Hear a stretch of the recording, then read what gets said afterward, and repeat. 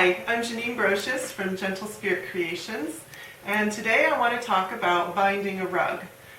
So far, I have done binding like on this example, which is my Butterfly Bliss pattern, my rug, this is my design.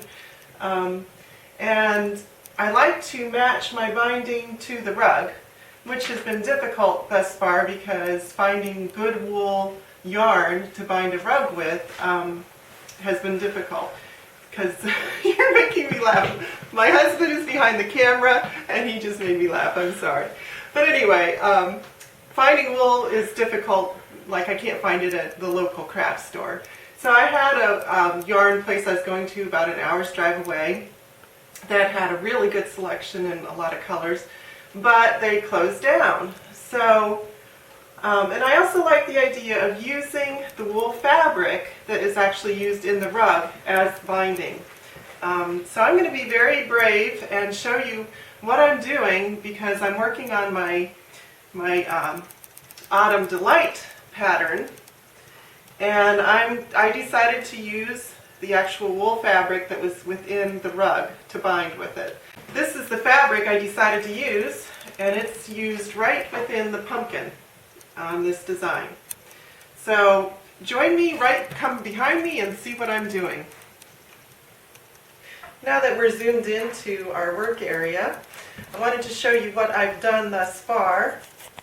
This is done with my fabric that I used within my piece. I cut it into size 6 strips on my beeline cutter.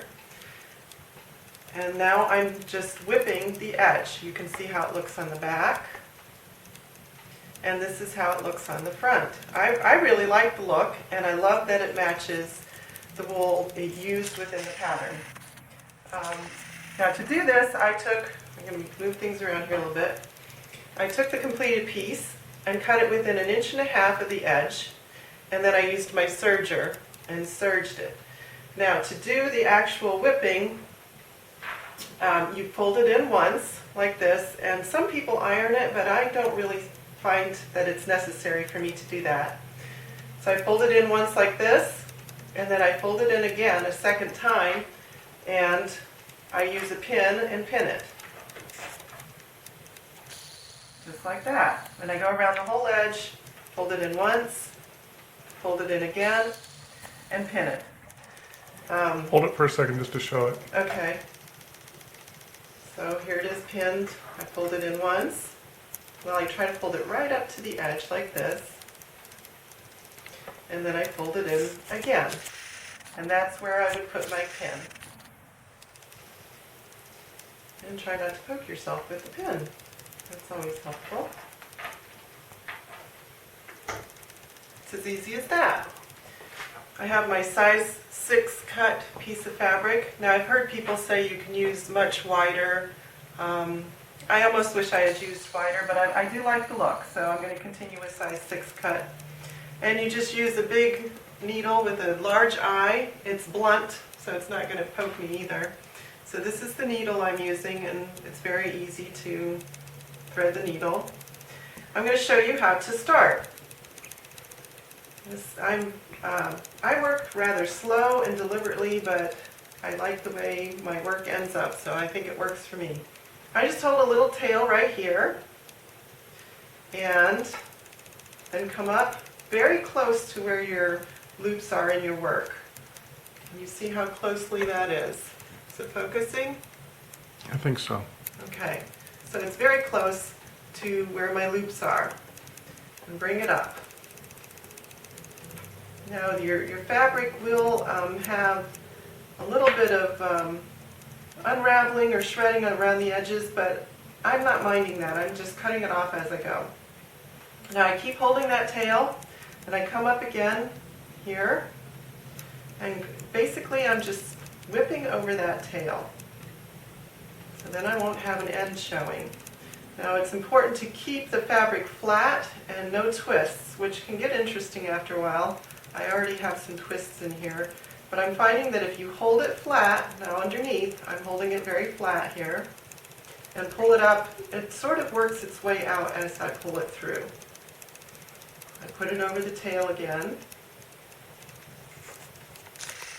Now at times I will untwist my needle so that it won't have any twists in it. I'm holding it flat underneath too, and pull it through.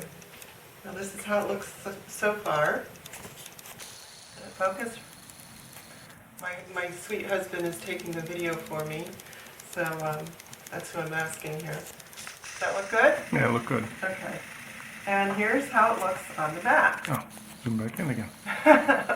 Sorry. Just hold it for a second. Okay. Okay. That's how it looks on the back. Now as you go, you just take out your pins.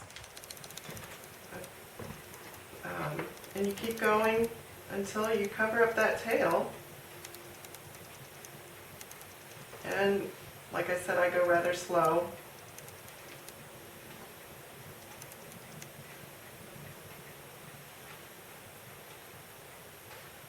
That's how it looks. Now I'm going to be extra brave. I haven't done this yet. I have not worked around a corner with this method yet. So I'm going to try doing it for you as I go. Now, for corner, well, let's try one that's not worked on yet. For corner, you want to fold it in first like this. You could even cut it a little bit closer. You can see I rounded it, but you could cut it a little bit closer this way, then you wouldn't have as much fabric to try to fit in here. So I fold it in like this first, then I would fold my edges. Just folding over the top? Yes, yeah, fold it over on the top like that. Then I fold in my edge once, fold it in twice on each side, and then you kind of bring this in. So it's basically, you kind of force fit it. And you can see I've already done that on this corner we're going to work on. And I kind of will continue to force fit it as I go. So I already have my fabric ready here.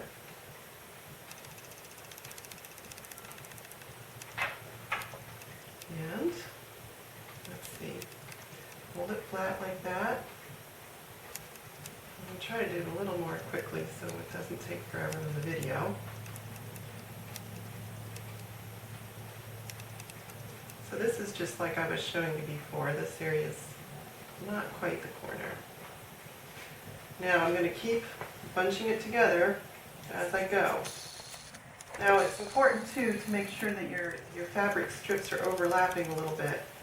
So I will have to, on the corner, put my needle in through the same area a couple times. It worked out really well with the yarn. It didn't get very bulky. So it'll be interesting to see how it works out with the strips of fabric.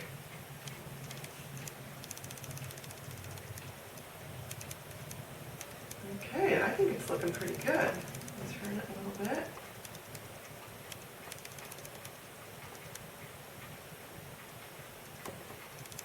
Put it down a little lower if you can. Put it down lower. Yeah. Let it in focus. Yes. But here I am, I'm still working on the corner. And I'm liking how it's turning out, actually. Maybe it's a little easier than with the yarn.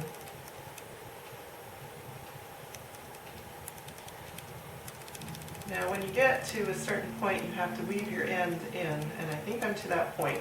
I only have a couple inches left. All I do Pull it back is towards you a little bit. back toward me like that. Yep. All I do is weave it in about 4 or 5 strips, bring it out on the other side, and you can clip it off. I have a couple other Back ends. towards you a little bit. A couple other ends that need to be clipped off as well.